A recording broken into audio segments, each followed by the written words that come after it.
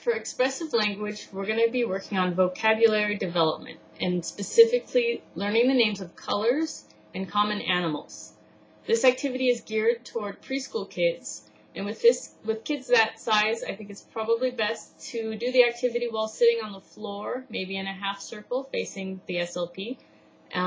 But if needed, you could also do it on a low table and have the kids sit at the table. Now, the book that I'm using to teach colors is Brown Bear, What Do You See? By Eric Carle. This is a great, colorful book that really goes through each of the colors. Ideally, you would have the larger format version of this book so that it's easier to see.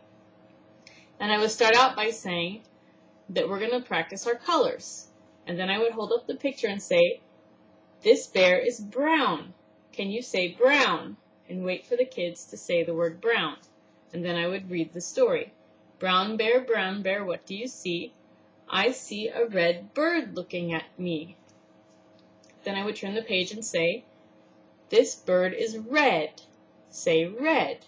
And I would wait for the kids to say red. And again, continue reading the book until the end. Now I might also take out an actual poster with all the colors and go over them one more time before we start the activity. And the activity is a game that involves identifying the animals by color. And I would tell the kids that we're going to be working on a game to practice our colors. To start with, I would take two animals that are the same type of animal but a different color. And I would ask one at a time the kids to identify which one is pink. They may be able to do this correctly, or they may need prompting. Once they've identified the pink one, I would prompt the child to say, this is a pink monkey. One way to make the activity more difficult would be to have two different animals of different types. And again, I would ask, okay, which one is green? And when they identified the green one, I would say, what kind of animal is it? And they may need prompting, or they may know this is a spider. A lot of kids that age, even if they have difficulties with language, they do know the names of common animals because that's an interest to small children.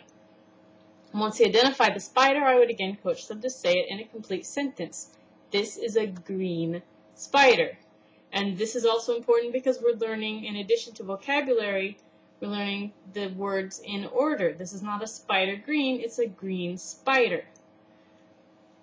Another way to make the activity easier would be to just have one option and say, this is a monkey. What color is the monkey?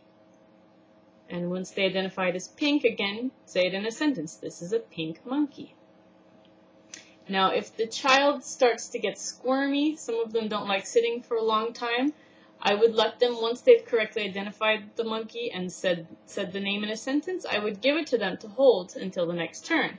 This may not be a good idea for kids who are easily distracted, though. This activity would probably take, depending on the number of kids, about 10, 15, maybe 20 minutes if it's a large group.